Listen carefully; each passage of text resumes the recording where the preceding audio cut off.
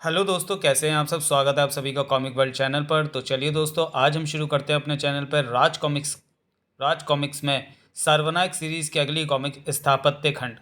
आप लोग ये नहीं समझिएगा कि ये सर्वनायक सीरीज़ का 16वां भाग है। ये बीच में ही जो करेक्टर्स आए थे उनके बारे में ये कॉमिक्स है। इसके बारे में संजय गुप्ता जी ने अपने पेज में लिखा भी है कि इस कॉमिक में हमने 3 पात्रों की उत्पत्ति कथाओं को संकलित किया है। सर्वशक्तिमान भीम का एडिक, अज्ञात अघोरी एवं 10 डेडलिएस्ट। इसके साथ ही इस कॉमिक में आप और भी कई पात्रों का जिक्र पाएंगे, जैसा कि जोंगा, भूतनाथ, वेगा और लीजा और अभेद। सर्वनायक आधार खंड यानी इसके अगले भाग में इन सभी पात्रों की कहानी आगे बढ़ेगी और इनकी कथा सुनाएंगे युगम। तो चलिए दोस्तों, बिना कोई देरी किए शुरू करते हैं इस कॉमिक को। युगम धरित्री अस्य सर्वनायक स्थापत्य खंड, प्रथम अध्याय। युगम धरित्री अस्य। मित्रों, मैं हूँ समय का प्रतिपालक युगम और ये है मेरी सहयोगिनी अवधि।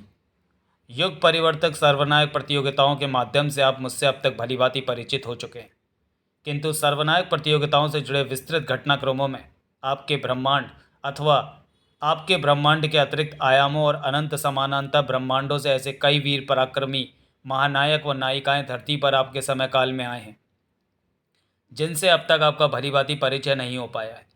ये मेरा दायित्व है कि इन सभी वीरों से और इनकी उत्पत्ति से मैं आपको परिचित कराऊं। इस सर्वनायक आधार श्रृंखला के माध्यम से आप ऐसे सभी नए पुराने नायकों की उत्पत्ति से परिचित होंगे। सर्वप्रथम आपके समक्ष जो 3 महानायक आ रहे हैं, वे तीनों ही अपने आप में अकेले ना होकर विशाल सेनाओं के समान हैं। आइए उत्पत्ति परिचय लेते हैं सर्वशक्तिमान भीम का अडिग, अज्ञात अघोरी व संजू और उसके 10 डेडलियस दल का। कौन हूँ मैं? यह स्थान कौन सा है? मैं यहाँ कैसे आया? यह युग कौन सा है?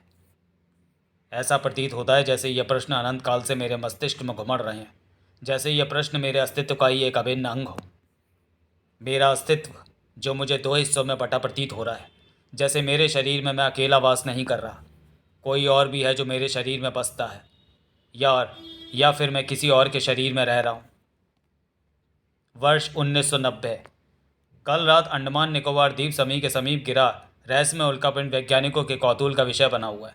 जाने माने खगोल शास्त्री व पुरातत्ववेत्ता प्रोफेसर इफरित विकराल अपनी रिसर्च एंड सर्वे टीम के साथ घटनास्थल पर पहुंच चुके हैं। ऐसा अंदेशा जताया जा रहा है कि यह उल्कापिंड एक बड़ी क्रांतिकारी खोज का कारक बनने जा रहा है। हाय अनुज, प्रोफेसर इफरित विकराल हियर। प्रोफेसर, अभी मैं टीवी पर आपके ही बारे में न्यूज़ देख रहा था। आप तो उस उल्कापिंड को खोजने अंडमान गए हुए ना? मैं इस समय निकोबार द्वीप समूह के एक बेहद छोटे से द्वीप दाशवन से बोल रहा हूँ। वहाँ फ़ोन काम कर रहा है। आने वाले 10 सालों में ये सैटेलाइट फ़ोन विश्व में बहुत बड़ी संचार क्रांति लाएंगे। हा, point noted professor. Anyways, how is the expedition going? उल्कापिंड मिला क्या?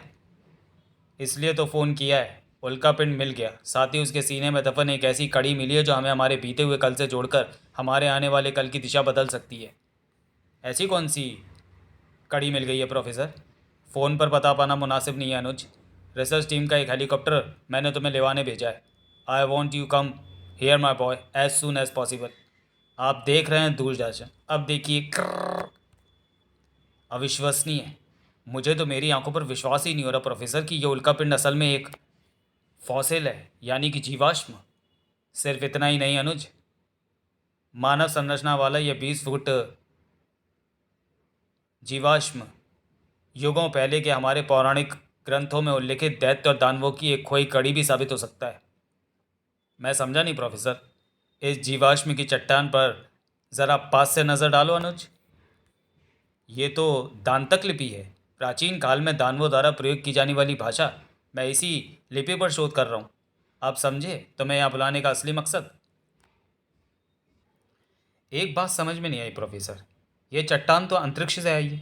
इस पर मौजूद ये जीवाश्म और ये लिपि क्या इस बात के घोतक हैं कि जिन दानवों का उल्लेख हमारे पुराणों में है वे अंतरिक्ष में मौजूद किसी और ग्रह की पृथ्वी पर आए थे, या फिर हजारों साल पहले ही किसी दूसरे ग्रह पर भेज दिए गए थे? तभी तो मानव सभ्यता से पहले पृथ्वी पर राज करने वाले सरीसृपों के जीवाश्म व अन्य उत्पत्ति के सबूत पृथ्वी पर पाए जाते हैं। परंतु मानव सभ्यता के साथ ही आए दानवों की उत्पत्ति या सभ्यता के सिर्फ पौराणिक कथाओं में उल्लेख मिलते हैं। कभी इनके जीवाश्म या कोई और प्रमाणिक साक्ष्य नहीं मिल पाए। वैसे ये सिर्फ मेरी थ्योरी मात्र है। मैं सही हूँ या गलत इसका पता शायद इस लिपि को ही डीकोड करके लगाया जा सके। चट्टान पर यह लिपि इस प्रकार उकेरी गई है जैसे इसने स्वयं ही फॉसिलाइट होते होते इसे चट्टान पर कुरेद कर लिखा हो। इस लिपि को डीकोड करो अनुज। यदि पौराणिक सभ्यता के हमारे इतिहास के इस रहस्य को हम दुनिया के सामने लाने में सफल हुए तो हमारा नाम भी इतिहास में हमेशा के लिए अमर हो जाएगा। मैं पूरी कोशिश करूंगा प्रोफेसर। इन कंप्यूटर मशीन्स ने स्क्रिप्चर डीकोडिंग के जटिल कार्य को काफ़ी हद तक आसान कर दिया है। इस दानव ने मरते वक्त अपनी जीवन गाथा चट्टान पर उकेरी है। यह पृथ्वी से ही आया है, आज से हजारों वर्ष पूर्व, द्वापर युग के अंत और कलयुग के आरंभ से। त्राही त्राही हा हा हा हा हा हा हा हा। ये कलयुग का आरंभ है, यानी दानवों के युग का प्रारंभ। अब पृथ्वी पर राज करेंगे सिर्फ बाहु दानव। मानव हमारे दास बनकर रहेंगे जो कि हमारी शुद्धा अग्नि शांत करेंगे, चाहे वो उदर की हो या वासना की। हा हा हा हा हा। रूप यौवन के तो बाहु दानव हमेशा से ही रसिया रहे हैं भ्राताश्री। इस नव यौवना के रूप अमृत ने भूख और प्यास दोनों भड़का दिए हैं। हा हा हा हा हा। तो फिर विलंब कैसा भ्राता, आगे बढ़ो और आत्म तृप्ति कर लो।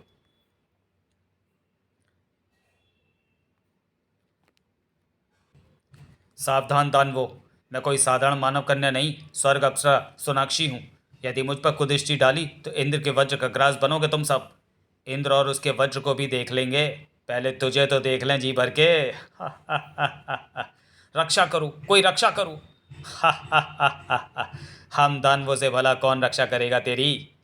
किसमें इतना साहस है कि दानवों के मुख से ग्रास छीन सके? क्या स्वर्ग में वास करने वाले देवगण दानवों से भयभीत हो गए हैं? क्या ब्रह्मा विष्णु महेश की त्रिशक्ति भी मूक दर्शक बनी एक स्त्री का अपमान होते देखती रहेगी? क्या समस्त ब्रह्मांड में एक भी वीर पुरुष शेष नहीं जो नारी सम्मान की रक्षा कर सके? थप! क्या ये सृष्टि वीरों से पूर्णता खाली हो गई है? था बाहु दानव कुमार अडिग, तेरा इतना साहस कि तो बाहु दानवों के कार्य में हस्तक्षेप करे। कड़ा दंड देंगे तुझे इस घृष्टता का। दंड तो तुम सबको मिलेगा बाहु दानव भ्राताओं। मानवों की बस्तियां, उनके नगर, उनके घर उजाड़े तुमने। उनको अपने पैरों तले रौंदा, उनका सामूहिक नरसंहार किया, उन्हें अपना ग्रास बनाकर उनका भक्षण किया। और तुम्हारा सबसे जघन्य अपराध यह है कि तुमने एक नारी को अपमानित करने की कुचेष्टा की है। उसका दंड अडिग तुम्हें अवश्य देगा। नीच दानवों का यह दुस्साहस कि वे अप्सरा सोनाक्षी को अपमानित करने की चेष्टा करें, हम उनका सर्वस्व मिटा देंगे। भगवान श्री कृष्ण के रूप में पृथ्वी पालक श्री हरि विष्णु भगवान का जीवन काल पृथ्वी पर समाप्त हो चुका है। उनके महापरिनिर्वाण के साथ ही कलयुग का आरंभ हो गया है। दानवराज कली के युग आरंभ और पृथ्वी पर किसी भी रक्षक शक्ति के न होने की वजह से दानवों का उपद्रव बढ़ता जा रहा है देवराज। दानवों की उद्दंडता कदापि सहन नहीं की जाएगी मुनिवर। पृथ्वी पर अब एक भी दानव शेष नहीं रहेगा। ये ना भूलें देवराज कि जब हम रक्षा की गुहार लगा रहे थे तब देवादिदेव, देवगण, सनकादिक वीरों में से कोई भी हमारी पुकार सुनकर ना आया। दानवों से रक्षा करने के लिए एक दानव ही आया। देवी सोनाक्षी सत्य कह रही हैं देवराज। समस्त दानव जाति को एक समान दोषी मानना उचित न होगा। दानव जाति दो कुटुंबों में विभाजित है, बाहु दानव और वाहु दानव। वाहु दानव शांति प्रिय और मानवों के साथ सामंजस्य बनाकर रहते हैं, जबकि बाहु दानव तामसिक प्रवृत्ति के हैं। बाहु दानवों से देवी सोनाक्षी की रक्षा बाहु दानव कुमार अडिग नहीं की थी। वैसे देवी सोनाक्षी के पुकार पर आप उनकी रक्षा हेतु क्यों नहीं पहुंचे देवराज? हम आ ही रहे थे मुनिवर की कुछ आवश्यक कार्य के कारण विलंब हो गया। नारायण नारायण। नारी के मान की रक्षा से अधिक महत्वपूर्ण कौन सा कार्य था, बताने की कृपा करेंगे देवराज? हम तुम्हें यह नहीं बता सकते सोनाक्षी, परंतु हम तुम्हें आश्वस्त करते हैं कि तुम्हारे अपराधी दानवों को दंड अवश्य मिलेगा। परंतु कैसे देवराज? कलयुग में दानवों का समूल नाश असंभव है। आप ही कोई युक्ति बताएं मुनिवर। बाहु दानव मात्र देवी सोनाक्षी के ही नहीं अभी तुम मानवों के भी दोषी हैं, जिनका उन्होंने जनसंहार किया है। पृथ्वी और मानव जाति की दानवों से रक्षा करने का एक ही उपाय है, पृथ्वी पर एक भी दानव ना रहे। परंतु मुनिवर, अभी आपने ही कहा था कि कलयुग में दानवों का समूल नाश असंभव है। बिल्कुल सत्य कहा था। दानवों का समूल नाश नहीं हो सकता, परंतु देवराज, उन्हें पृथ्वी से दूर तो किया जा सकता है। ओह, मैं आपका प्रयोजन समझ गया मुनिवर। नारायण नारायण। आओ मुनिवर, क्या समाचार लाए हो? समाचार शुभ है प्रभु, सब कुछ आपकी इच्छा के अनुरूप हो रहा है। बाहु दानवों पर अंकुश लगाना अत्यंत आवश्यक हो गया अडिग। यदि ऐसा ना किया तो मानवों को पृथ्वी पर रहना दूभर हो जाएगा। बाहु दानव के कुकृत्यों के छींटे हमारे दामन पर भी लगते हैं। मानव हमें भी उनकी तरह अत्याचारी मानकर हमसे घृणा करते हैं, जिसके कारण हमें वनों, कंदराओं व अन्य निर्जन स्थानों पर छिपकर रहना पड़ता है। बाहु दानवों पर प्रहार करने का दंड अडिग समेत समस्त बाहु दानवों को चुकाना होगा। मानव का साथ देकर वैसे भी बाहु दानव दानव जाति को कलंकित कर चुके हैं। आज इस कलंक को हम सदैव के लिए मिटा देंगे। दानव कुमार, बाहु दानवों का बाहु दानवों का विशाल झुंड हम पर आक्रमण करने के लिए इसी ओर अग्रसर है। अपने अपने हथियार उठा लो भ्राताओं। आक्रमण! खंडा की शक्ति धरती को भी कई खंडों में विभाजित कर सकती है। धरती चीरकर बाहु दानवों को पाताल में दफन कर देगा खंडा। उससे पहले ही हम तुझे खंड खंड कर देंगे खंडा। हा हा हा हा हा हा। चेष्टा करके देख लो, तुम्हारे हथियारों में इतनी शक्ति नहीं कि खंडा को खंडित कर सके। खचाक!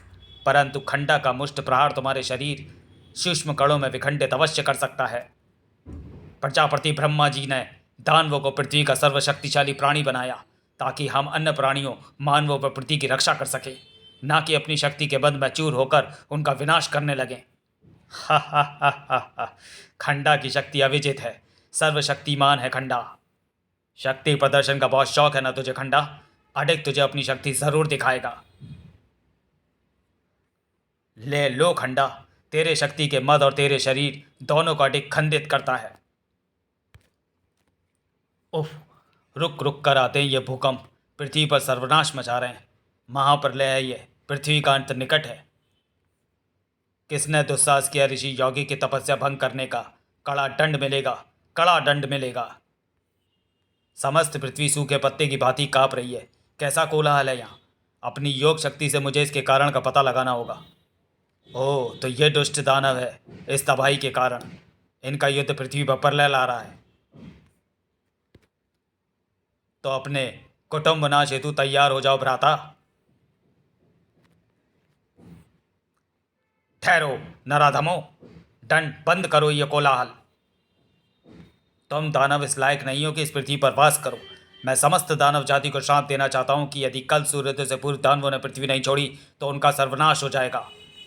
यही नहीं, कल सूर्योदय के पश्चात यदि किसी दानव ने कभी भी पृथ्वी पर दोबारा पग धरने की कोशिश की तो वो उसी समय भस्म हो जाएगा। क्षमा ऋषिवर क्षमा, पृथ्वी हमारा भी घर है, भला हम पृथ्वी छोड़कर कहाँ जाएंगे? जब बाड़ी खेत को खाने लगे तो उसे उखाड़ फेंकना आवश्यक हो जाता है। कमान से छूटा तीर और जिवा से निकला श्राप कदापि वापस नहीं लौट सकते। अपनी शक्तियों का विध्वंसक प्रयोग कर पृथ्वी पर रह रहे मनुष्यों व अन्य जीवों के प्राण संकट में लाने का दंड तो तुम दानवों को अवश्य मिलेगा, परंतु तुम्हें भी भूल सुधारने का एक अवसर प्रदान किया जाएगा। मैं समस्त दानव जाति को अपनी यौगिक शक्ति से पृथ्वी से लाखों योजन दूर एक निर्जन ग्रह पर भेज सकता हूँ, जहाँ की प्राणवायु व वातावरण पृथ्वी के ही अनुकूल है। तुम सभी दानव उस ग्रह पर अपनी अलग दानव सृष्टि बसा सकते हो। हमें स्वीकार है ऋषिवर। ओह, तो ये कारण है दानवों के पृथ्वी से गायब होने का। लाखों वर्ष पूर्व ही दानवों को ऋषि यौगिक ने पृथ्वी से दूर एक निर्जन ग्रह पर भेज दिया था। लेकिन इस दानव की गाथा यहीं समाप्त नहीं होती। यह इस लिपि के द्वारा कुछ और भी बताना चाहता है।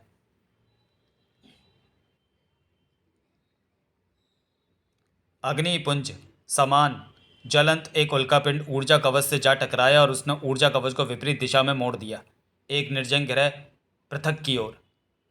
ये कैसा ग्रह? यहाँ ना तो वन है, न वनस्पति, न जीव, न जंतु। हम यहाँ जीवित कैसे रहेंगे? भोजन के अभाव में कुछ ही दिनों में हमारे प्राण पखेरु उड़ जाएंगे। ऋषि यौगिक ने छल किया है दानवों से। पृथ्वी के समान वातावरण वाले ग्रह पर बसाने का प्रलोभन देकर इस निर्जन ग्रह पर मरने भेज दिया हमें। पृथ्वी पर रहते तो भी शाप के प्रभाव के कारण सूर्योदय उपरांत दानव भस्म हो जाते। यहाँ भूख से मरेंगे। अच्छी चाल चली है मानवों ने ऋषि यौगिक के साथ मिलकर। कहीं कुछ गड़बड़ हुई है दानव भ्राताओं। उल्का पिंड के टकराने से ऊर्जा कवच की दिशा परिवर्तित हो गई थी। हम गलत ग्रह पर आ गए हैं। ये सब तेरे ही किए का परिणाम है।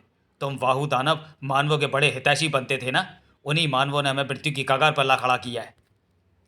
रक्षा रक्षा करो भ्राताओं, ये चट्टानें हमें निगल रही हैं। इनकी जकड़ इतनी शक्तिशाली है कि हम चाहकर भी खुद को इनमें खिंचने से नहीं रोक पा रहे हैं। ये कैसी माया है? ग्रह की चट्टानें जीवित होकर दानव भ्राताओं को अपने भीतर समा रही हैं। ये नरभक्षी चट्टानें, ये सारा ग्रह नरभक्षी चट्टानों से भरा हुआ है और हम सभी इनका आहार हैं। नहीं अडिग, नहीं अडिग, ऐसा नहीं होने देगा। खेल खेल कर डालेगा इन चट्टानों को। धड़ाक!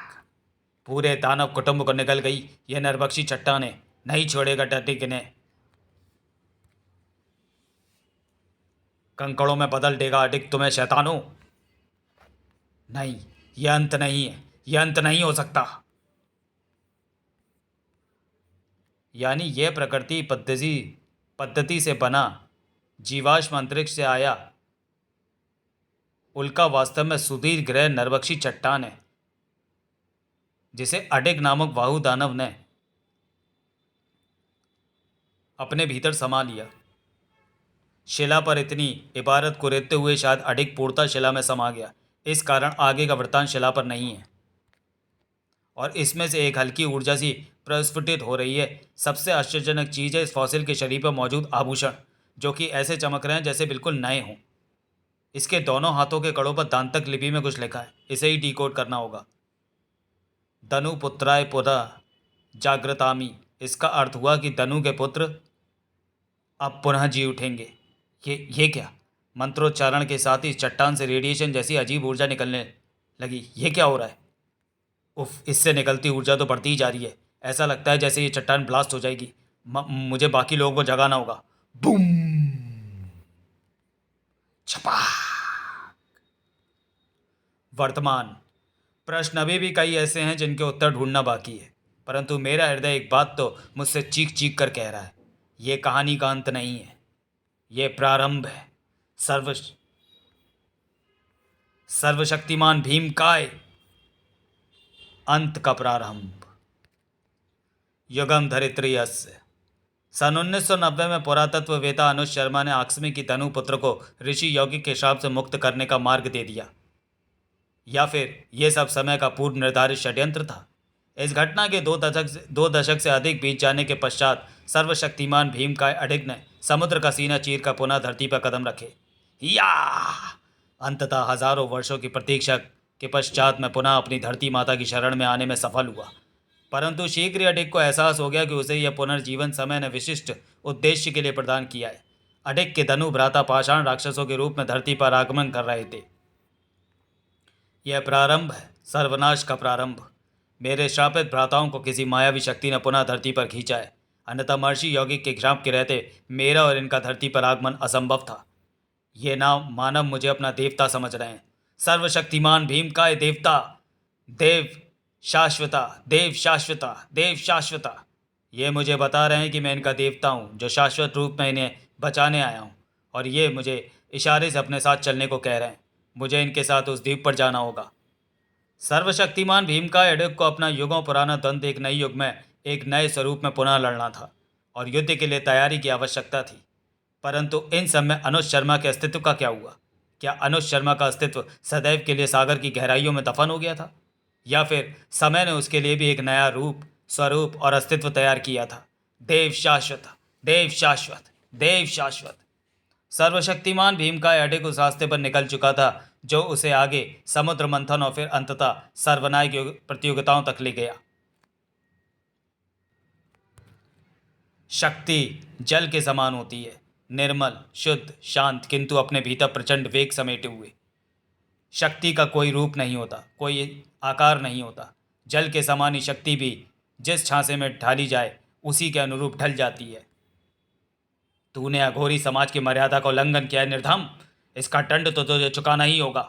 तेरी अघोर शक्तियां तो हम तुझसे छीन ही चुके हैं, परंतु अपने समुदाय व अपने गुरु के विरुद्ध जाने का जो कुकर्म तूने किया है उसका मूल्य तुझे प्राण दंड देकर चुकाना पड़ेगा। अब जीवन और मृत्यु तो विधाता की संपत्ति है गुरुदेव।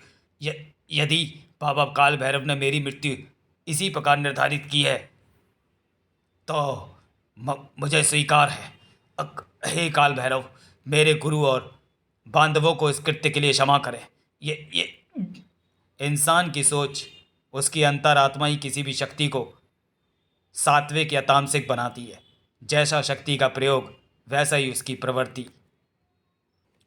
एक अघोरी तो एक अघोरी को तो 7 खून माफ होते हैं शिष्य। तू अपने कृत्य की क्षमा बाबा काल भैरव से उनके समक्ष जाकर ही मांगना। मारो इस अधर्मी को, खत्म कर दो। बाबा काल भैरव, इन पर दया करो, कृपा करो, क्षमा करो, दया करो, कृपा करो, क्षमा करो। 100 वर्ष पश्चात वर्तमान। दया करो, कृपा करो, क्षमा करो। फिर वही दुस्वप्न। पिछले 2 सालों से ये बुरा स्वप्न किसी अतीत के भूले साईं की तरह मेरा पीछा कर रहा है। आखिर क्यों हर रात ये सपना अंधेरे के घर में छुपी परछाइयों की भांति मुझे घेर लेता है। 2 वर्ष पूर्व घटी घटना के पश्चात मैंने अपना शहर, अपना नाम, अपनी पहचान सब कुछ छोड़ दिया, परंतु इस स्वप्न ने मेरा पीछा ना छोड़ा। अपने अतीत के अज्ञात पन्नों से बचने के लिए इस छोटे से कस्बे में भाग आया, ताकि जो कुकर मेरा पीछा कर रहे हैं उससे मैं रह सकूं अज्ञात। तो चलिए दोस्तों, वीडियो को यहीं समाप्त करते हैं और मिलते हैं स्थापत्य खंड के दूसरे भाग में अगले वीडियो में। तब तक के लिए धन्यवाद।